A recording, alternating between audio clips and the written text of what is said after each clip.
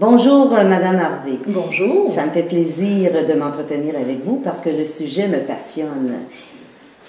Sur l'art mystique de la respiration, quel lien fait-on entre la respiration, l'aspect mystique et pourquoi en parler comme un art? Bien, tout simplement parce que, en fait, l'art s'adresse aux sens, aux émotions et à l'intellect. Elle va d'abord aussi toucher la conscience, même au niveau de l'âme dans certains cas. Elle demande une technique pour arriver à sa pleine expression. Et entre autres, quand on parle de technique, il faut savoir qu'elle doit toujours être au service de l'art et non l'inverse.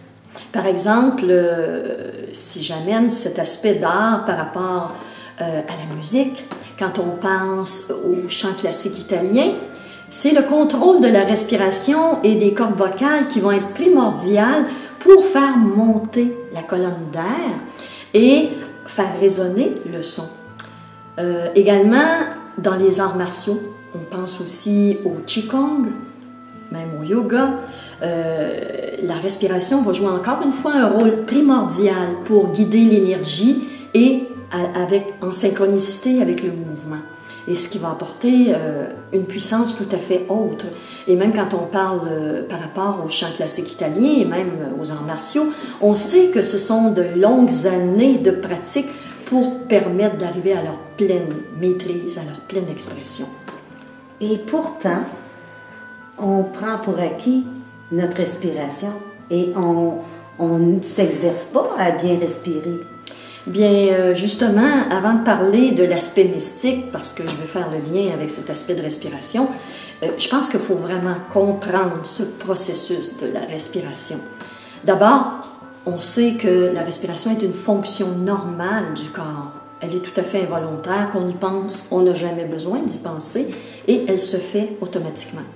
Donc, c'est peut-être pour ça, justement, on s'en est même pas préoccupé.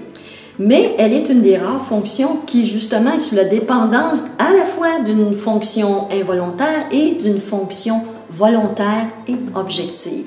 C'est donc dire que nous pouvons, par notre volonté, modifier notre respiration pour l'utiliser à toutes sortes de fins selon ce que l'on désire.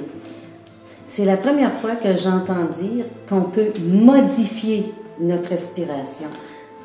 Est-ce que vous pouvez développer? Bien oui, tout à fait. Ce que je pourrais dire d'abord, c'est que très peu de personnes savent respirer correctement. Et que la bonne raison, par manque de connaissances, parce que, comme je disais tout à l'heure, on n'a jamais besoin de s'en préoccuper, donc on n'a pas... Les postures, hein? On sait que la posture va avoir un effet absolument directement sur la respiration. Moi, je vous donne un exemple. Si je suis assise comme ceci, eh bien, c'est impossible de respirer profondément. Et donc, l'idéal, ce serait de s'asseoir à angle droit, le dos droit, les jambes bien appuyées au sol. Et on sait que, malheureusement, toutes les chaises, tous les fauteuils ne sont pas adaptés à notre morphologie et on peut passer de nombreuses heures assis de façon tout à fait inconfortable. On se demande après pourquoi on a des douleurs un peu partout, pourquoi on est fatigué. Bien, l'oxygénation n'est pas suffisante. Ensuite, on pense au stress de la vie quotidienne. Et il faut savoir que plus on est stressé, plus on respire haut et vite. Donc, on n'inspire pas suffisamment de gaz carbonique et on n'inspire pas suffisamment d'oxygène et on n'expire pas suffisamment de gaz carbonique. Et tout ça nous prive d'un flot d'énergie incomparable, sans compter que les lobes des poumons n'étant jamais vidés complètement, eh bien, on va se retrouver avec des problèmes de santé, ce qui est le cas dans notre quotidien. Oui, puis je m'imagine que cet aspect physique a aussi des répercussions sur l'aspect psychologique de notre être. Bien, elle a des répercussions à tous les niveaux parce que on sait que si le corps physique n'est pas en forme, bien, ça se reflète aussi dans nos émotions, parce que de toute façon, la respiration est beaucoup aussi en relation avec les émotions. On sait que les émotions peuvent tout aussi bien régler ou dérégler notre respiration. On pense à un choc, eh bien, on va immédiatement, ça va couper carrément la respiration. Et même, on dit que le diaphragme bloque parce que c'est lui l'instrument aussi qui va permettre les échanges entre le poumon et le bas-ventre. Alors donc, oui, effectivement. Ça me fait penser à l'acte de bâiller.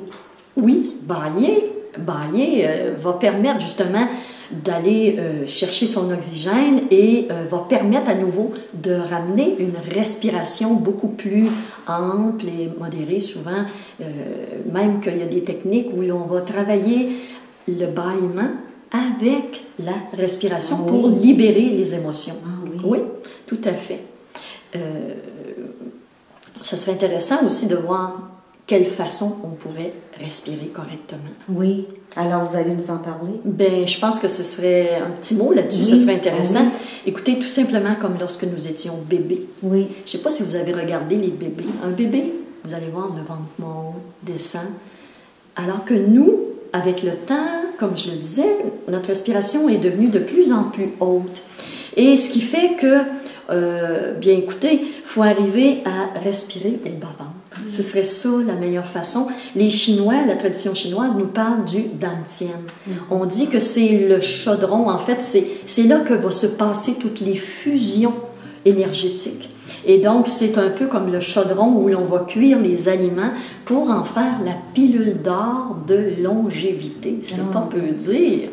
Alors donc, on voit aussi le dantian comme étant la mère de l'énergie. Et quand je parle de la mère, je le vois comme un océan d'énergie, mais aussi comme la mère au sens maternel. On sait que c'est là que le fœtus va se développer. Donc, en fait, c'est tout simple. Inspirer en gonflant le ventre et expirer en aplatissant le ventre. Un peu comme le jeu d'un ballon. Mais le truc, si vous voulez arriver à respirer correctement et facilement, le truc, c'est de commencer par expirer. Parce que vous savez, la nature a horreur du vide. Donc, si j'expire tout mon air, forcément, je vais, de façon automatique, respirer profondément. Alors, la première action à faire, ce serait ça. Et par la suite, la respiration impose un rythme d'elle-même. Et je trouve ça intéressant parce que justement, je voulais voir comment est-ce que la respiration, dans son jeu d'inspiration, expiration, qu'on fait à la seconde, à milliers de secondes, comment est-ce qu'à tous les jours, quel impact ça a dans notre vie? Bien, écoutez, dans son application au quotidien, moi, je vous dirais que le simple fait de s'arrêter quelques instants, de réaliser qu'on prend le temps pour inspirer, expirer, et je ne vous donne pas plus de 3 fois, 3 inspires et 3 expires, et en se concentrant sur ce souffle, sur le bas-ventre, eh bien, tout de suite, il y a un lâcher-prise qui va s'installer. Les énergies vont se replacer d'elles-mêmes, et même quand on parle de lâcher-prise, c'est que c'est une très bonne façon de, exemple, quand on se retrouve devant une entrevue, un moment stressant, on déconnecte du moment, on arrive dans un instant présent et on devient davantage un spectateur plutôt qu'un acteur. Et il y a aussi un autre aspect de la respiration. Dans le quotidien, je peux parler des exercices tels que la marche. C'est quelque chose qu'on accomplit. Ça nous oblige aussi à prendre de grandes respirations. Voilà, la marche, on parle de tout exercice modéré. Parce que lorsqu'on fait un exercice qui demande une force extrême, on sait que la respiration va être beaucoup plus superficielle. Mais si on prend une marche lentement, à notre rythme, parce qu'on peut varier, et on va se retrouver avec une respiration beaucoup plus profonde. Et là, la marche, entre autres, la bicyclette même en terrain plat, va nous permettre de déconnecter mentalement, émotionnellement, et le fait de synchroniser mouvement et marche vont amener une puissance accrue au niveau énergétique. Et puis, elle est où la dimension plus mystique maintenant, puisque on sait que l'aspect l'aspect physique, on la connaît un petit peu plus. On sait que cette respiration-là peut avoir des répercussions au niveau psychologique, mais le respirer d'une façon mystique, on n'entend pas beaucoup parler de ça. Alors, voulez-vous développer sur cet aspect-là? Bien oui, c'est tout à fait pour ça que je suis là aujourd'hui. Alors, tout d'abord, quand on parle au mot mystique, on fait référence au mot mysticus, okay? Qui signifie mystère et qui signifie aussi en relation avec la spiritualité et l'introspection. Donc, la spiritualité, en fait, c'est le fruit d'une attitude intérieure, selon ma perception. Et ça se manifeste dans notre quotidien, que ce soit au niveau des pensées, des paroles, des actions. Donc, la spiritualité, elle est dans l'intention avec laquelle on va faire les choses. Elle est dans le niveau de conscience qui est le nôtre. Et c'est une démarche, à mon sens, qui est bien au-delà que le simple fait de respirer. Alors donc, mais c'est intéressant de savoir que dans les écoles de mystère de l'ancienne Égypte, l'art mystique de la respiration était enseigné et cet art est toujours, encore aujourd'hui, utilisé et enseigné dans l'ordre de la Rose-Croix à Morges. Et oui. Et donc, en fait, la respiration, en fait, elle n'a rien de mystique en soi. Mais c'est plutôt la façon dont les mystiques vont l'utiliser, soit dans leur pratique ou dans la préparation à différentes techniques mystiques. L'art mystique de la respiration évoque chez moi un aspect très sacré de cet élément. Tout à fait, tout à fait. Moi, je vois l'art, quand on parle d'art, je le disais tout à l'heure, ça s'adresse à la conscience et à l'âme. Donc, c'est quelque chose qui dépasse un contexte normal. Puis c'est vrai qu'on lui amène la notion sacrée, je dirais, la quintessence de cet art, la quintessence que l'on veut atteindre, en fait, le meilleur de tout ça. Et ce qu'elle a de sacré, c'est qu'elle nous ramène très rapidement. C'est un moyen qui est à notre disposition, qui est tout simple, qui est là tout le temps, à toutes les minutes, pour se reconnecter à notre intérieur. C'est comme si c'était le fil direct pour accéder au divin ou accéder à une dimension beaucoup plus grande qui est celle du normal. Écoutez, je vous amènerai l'exemple. Les hindous disent que nous sommes l'inspire et l'expire de Brahma. C'est pas peu dire. Et donc, les scientifiques, les astrophysiciens, ils reconnaissent que l'univers entier est régi par des périodes d'expansion et de contraction. Et c'est le même mouvement qui se passe à chacune de nos respirations, à chacune de nos cellules. Donc, chaque mouvement. Donc, c'est dire à quel point la respiration nous connecte avec l'univers entier et nous ramène à une dimension d'unité. En fait, on réalise qu'on fait un. Et en plus de cette respiration, toutes les autres fonctions de notre corps en dépendent.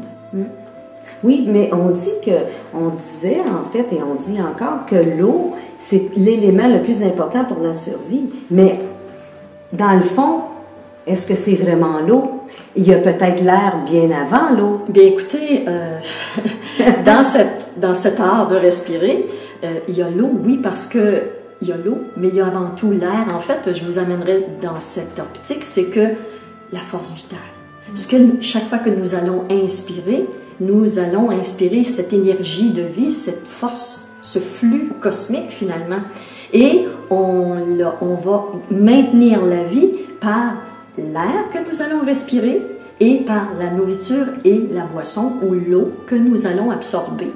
Et la combinaison des deux, les Chinois, je vois ce signe du Tao, pour eux, l'air serait comparable davantage au Yang et la boisson, la nourriture, la terre serait comparée au Yin. Et les deux sont absolument nécessaires pour le maintien de la vie et même pour créer la vie.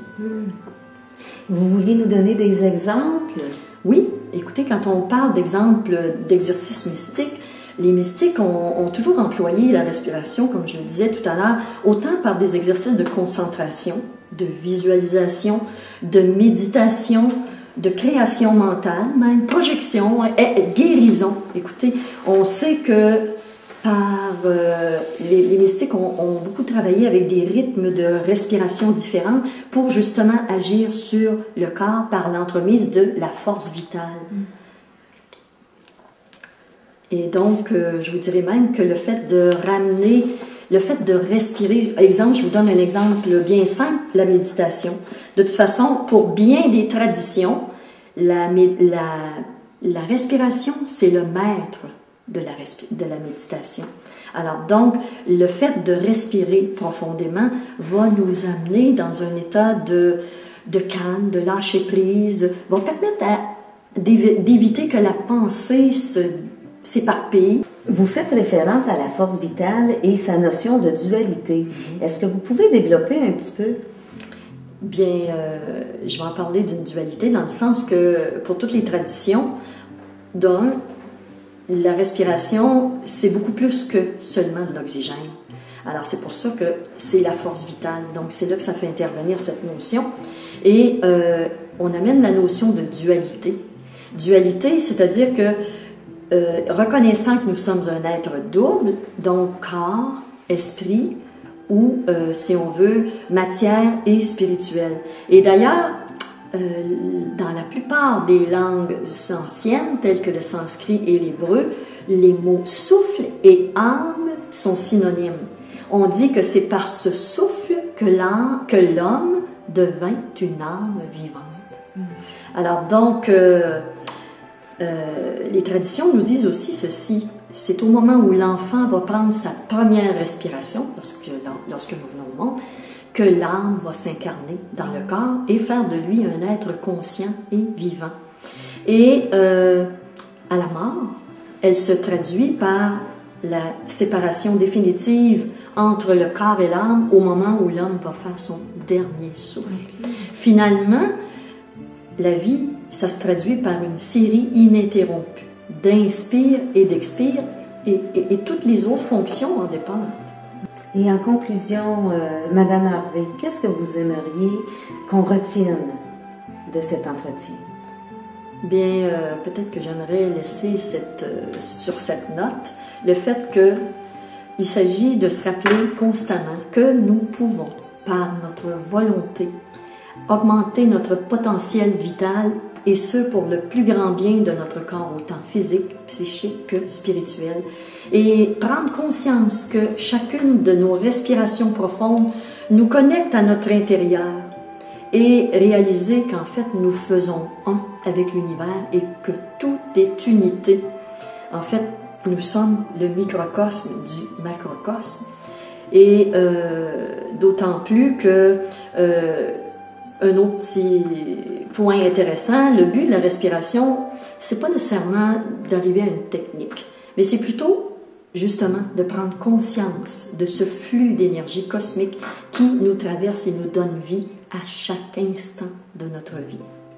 Merci beaucoup, Madame Harvey, d'avoir participé. Ça m'a fait plaisir. À cet enregistrement. Merci. Au revoir.